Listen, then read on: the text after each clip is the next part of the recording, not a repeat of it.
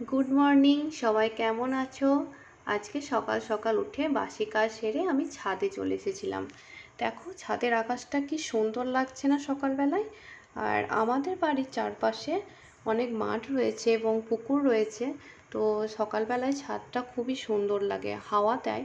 আর চারপাশে তাকালে এত সুন্দর পরিবেশ দেখে মনটাও খুব ভালো হয়ে যায়। তো আমি ছাদে এসেছি কারণ ওপরে ঠাকুর ঘর আছে। তো এখানে এসে আমি ঠাকুরের বাসনগুলো সব মেজে নিয়ে ঠাকুর ঘরটা পরিষ্কার করে দিয়ে তারপর নিচে যাব। নিচে গিয়ে স্নান সেরে এসে তারপর আমি আজকে পুজোটা করব। আজ ছিল শনিবার, বিপত্তারিণীর ব্রত ছিল। তো আমার দিদিভাই যেহেতু বিপত্তারিণীর ব্রত করে, তো আজকে রান্নার দায়িত্বটাও আমার উপর। না হলে রান্নাটা দিদিভাই করে। আর আমাদের কাঠের উনুন রয়েছে, ওখানে ভাতটা হয়, ভাতটা আমি করি। আর আমার শাশুড়ি মা তো ছেলে মেয়েদের নিয়ে স্কুলে যায়, তো ওখানে একদম বসে থাকে। তারপর ছুটি হলে দুজনকে নিয়ে বাড়ি আসে। তো রান্নাটা তার জন্য আমরা দুজনে এভাবেই করি প্রত্যেকদিন। তো আজকে যেহেতু ওর ব্রত রয়েছে, পুজোটা করে রান্নাটা আজ আমি করব। তো আমি সব জোগাড়গুলো করে নিয়ে পুজোটা সেরে ফেলেছি। আমার পুজো প্রায় শেষ হয়ে গেছে। এবার তুলসী মঞ্চে গিয়ে তুলসী তলায় তুলসী গাছে জল দেব। তারপর আশেপাশে যে দেবতার বেদিগুলো রয়েছে ওগুলো একটু ধূপ দেখিয়ে নিয়ে নিচে চলে যাব। এই যে আমি নিচে নামছিলাম, তারপর দেখছি যে দাদাভাই আর দিদিভাই দুজনেই পুজো করিয়ে চলে এসেছে। আর দিদিভাই বিপত্তারিণীর ধাগাগুলো গিট বাঁধছে সবাইকে দেওয়ার জন্য। আর আমি সবজিগুলো সব কেটে নিয়েছি। আর যেহেতু নিরামিষ, তাই ডাল, পোস্ত আর পটল ভাজা, আলু ভাজা এসব করব। তার সঙ্গে ভাবলাম যে চাটনিটাও করব। তো মাকে গিয়ে বললাম যে আমরা পেরে দিন চাটনি করব। তো গিয়ে দেখছি মা একটা বড় কাঁঠাল নিয়ে কাঁঠালটা ভাঙতে বসেছে। তো মা বলল তুই চল, আমি গিয়ে আমরা পেরে দিচ্ছি। তো আমি রান্না করতে এলাম, আর দেখো আমার ছেলেও কোলে চেপে পড়েছে। তো আমি পোস্তটা বসিয়ে নিলাম। পোস্তটা বসিয়ে নিয়ে আমি, মা আর আমার ছেলে তিনজনেই ছাদে চলে গেছিলাম আমড়া পাড়তে। আমার পাশের বাড়িটাই হচ্ছে আমার বাবার বাড়ি। আর এই যে আমড়া গাছটা দেখতে পাচ্ছ, এটা আমার বাবার বাড়িরই গাছ। আমাদের ছাদ থেকে আমড়া পাড়া যায়, তাই আমরা এখান থেকে এসে আমড়াগুলো পাড়ছি। তো আমার ছেলে বলছে ঠাম্মি আমায় দাও, আমি পারবো। তো ও তো পারবে না, কিন্তু ওকে দিল একবার, লাঠিটা নিয়েও খেলা করছে। তো দেখো এই যে আমার শাশুড়ি মা আমড়াগুলো কীভাবে পারছে। একটা ডালও একদম পুরো ভেঙে নিয়ে চলে এসেছে।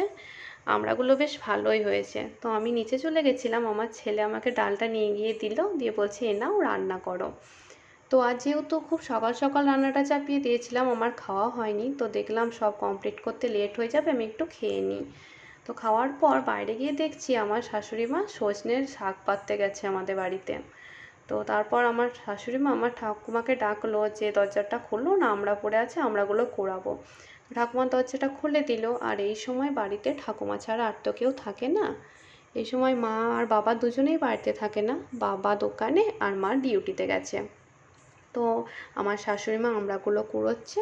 আর এই যে দেখো আমি আমার বাবার বাড়িটা তোমাদের একটু দেখিয়ে দিচ্ছি। আমার বাবার বাড়িতে কত গাছ রয়েছে দেখো, কাঁঠাল গাছে কত কাঁঠাল হয়েছে। আর আমও ছিল প্রচুর, এখন আর আমগুলো নেই, সব পাড়া হয়ে গেছে। আর এই যে দেখতে পাচ্ছ পেয়ারা হয়েছে, পেয়ারাগুলো কিন্তু এখন ছোট, একদম বড় হয়নি। আর এই পাশেই রয়েছে লেবু গাছ। লেবু গাছে লেবুগুলো বেশ ভালো এসেছে এইবার, কিন্তু এখনও সেরকম পুষ্ট হয়নি, তাই লেবুগুলো পাড়া হয়নি। কিন্তু অনেকই লেবু আছে। আর আমার বাবার গাছ লাগানোর ভীষণ শখ, তো বাবা প্রচুর গাছ লাগায় বাড়িতে। এই যে দেখছো এটা মেফ্লাওয়ার, বাবা একবার এনে লাগিয়েছিল, তারপর থেকে প্রত্যেক বছর এটা নিজে থেকেই হয়। তো ঠিক আছে, শাশুড়ি মা এগুলো সব নিয়ে আসুক, আমি বাড়ি যাই, গিয়ে এবার রান্নাটা করব। তো এই যে দেখো যাচ্ছি, এই পাশে পাঁচিলের কাছে বাবা একটা পেঁপে গাছ লাগিয়েছে, ওটাতেও দেখছি বেশ ছোট ছোট পেঁপে ধরেছে। তো আমি বাড়ি চলে এলাম, এসে রান্নাটা শুরু করে দিলাম, কারণ রান্নাটা শেষ করতে তো অনেকটা টাইম লেগে যাবে। তো আমি সব রান্নাটা একদম কমপ্লিট করে নেব। তারপর সবাইকে খাবার দিয়ে সব কাজ কমপ্লিট করে আরেকবার স্নান করব। স্নান তো আমি একবার করেছিলাম সকালবেলায় পুজো করার সময়, কিন্তু আরেকবার স্নানটা না করলে কীরকমই লাগে। তো ওই যে মা আমড়াগুলো নিয়ে চলে এসেছে এবং আমড়াগুলো একটু হালকা থেতো করে দিল, আমি চাটনি করব তাই। আর আমার রান্নাও হয়ে গেছে। আমি আজকে করেছি সর্ষের শাক, পটল ভাজা, বিউলির ডাল, ঝিঙে পোস্ত, আলু ভাজা আর আমড়ার চাটনি। তো রান্নাগুলো সব কমপ্লিট। এবার আমি রান্নাঘরটা পরিষ্কার করে নিয়ে তারপর সবাইকে খেতে দিয়ে দেবো। তো আমি রান্নাঘরটা পরিষ্কার করে নিলাম। পরিষ্কার করে সবাইকে খেতে দিয়ে আমি ওপরে চলে গেছিলাম, কারণ আজকে অনেক সকালবেলায় উঠে চলে এসেছি, তো ঘরটা একদমই পরিষ্কার করা হয়নি, বিছানাটা পড়েই ছিল। তো আমি উপরে গিয়ে ঘরটা পরিষ্কার করছিলাম।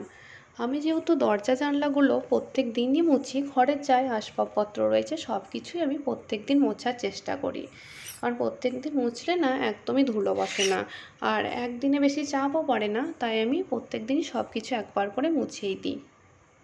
তো আমি ঘরটা পরিষ্কার করে নিলাম, আর এই যে মেয়ে এসে একবার দেখে গেল আমি কি করছি। তো একদম সব ঘরটা ঠিকঠাক করে নিয়ে ঝাঁট দিয়ে তারপর আমি স্নানে চলে যাব, দিয়ে স্নান করে আসবো, তারপর আবার তোমাদের সঙ্গে কথা বলবো। তো এই যে দেখো আমি স্নান করে আমার রুমে চলে এসেছি, দিয়ে এই রোজমেরির ওয়াটারটা চুলে অ্যাপ্লাই করে নিলাম, কারণ শুনেছিলাম এটা হেয়ার ফলের জন্য খুব ভালো।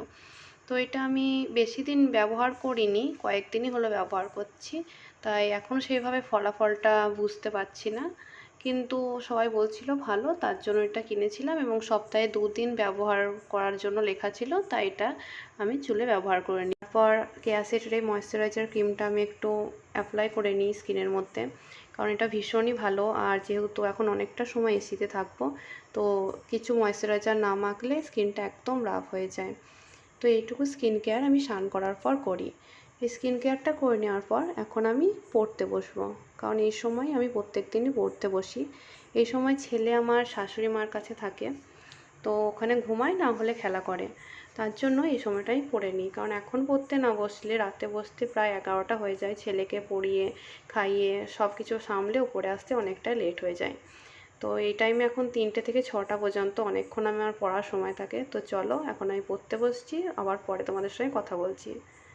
এই দেখো আমার পড়াও হয়ে গেছে, আর আমার বড় ফোন করেছে, কারণ সন্ধ্যেবেলায় প্রত্যেক দিনই এই সময় ফোন করে। তো ওর সঙ্গে কথা বলার পর সন্ধ্যা প্রদীপ দেখিয়ে নেব, তারপর ছেলেকে নিয়ে পড়তে বসাবো।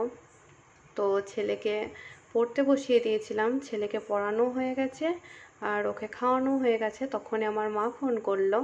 মা যেহেতু আজ মিটিং ছিল, তো ওখানে মিটিংয়ে ফ্রাইড রাইস আর চিলি চিকেন দিয়েছে, তো মা বললো যা এসে খেয়ে নে, আমার জন্য বাড়ি নিয়ে আসে। এটা বিয়ের আগেও করতো, এখনও করে, যেহেতু পাশাপাশি বাড়ি, তো আমি গিয়ে এটা খেয়েও এসেছিলাম। তো আজকে রাতে এটাই খেয়ে নিয়েছিলাম, এরপর আমি যাব গিয়ে ছেলেকে নিয়ে শুয়ে পড়বো। তো তাহলে ব্লগটা যেখানেই শেষ করছি, কেমন লাগলো সবাই অবশ্যই জানিও, ভালো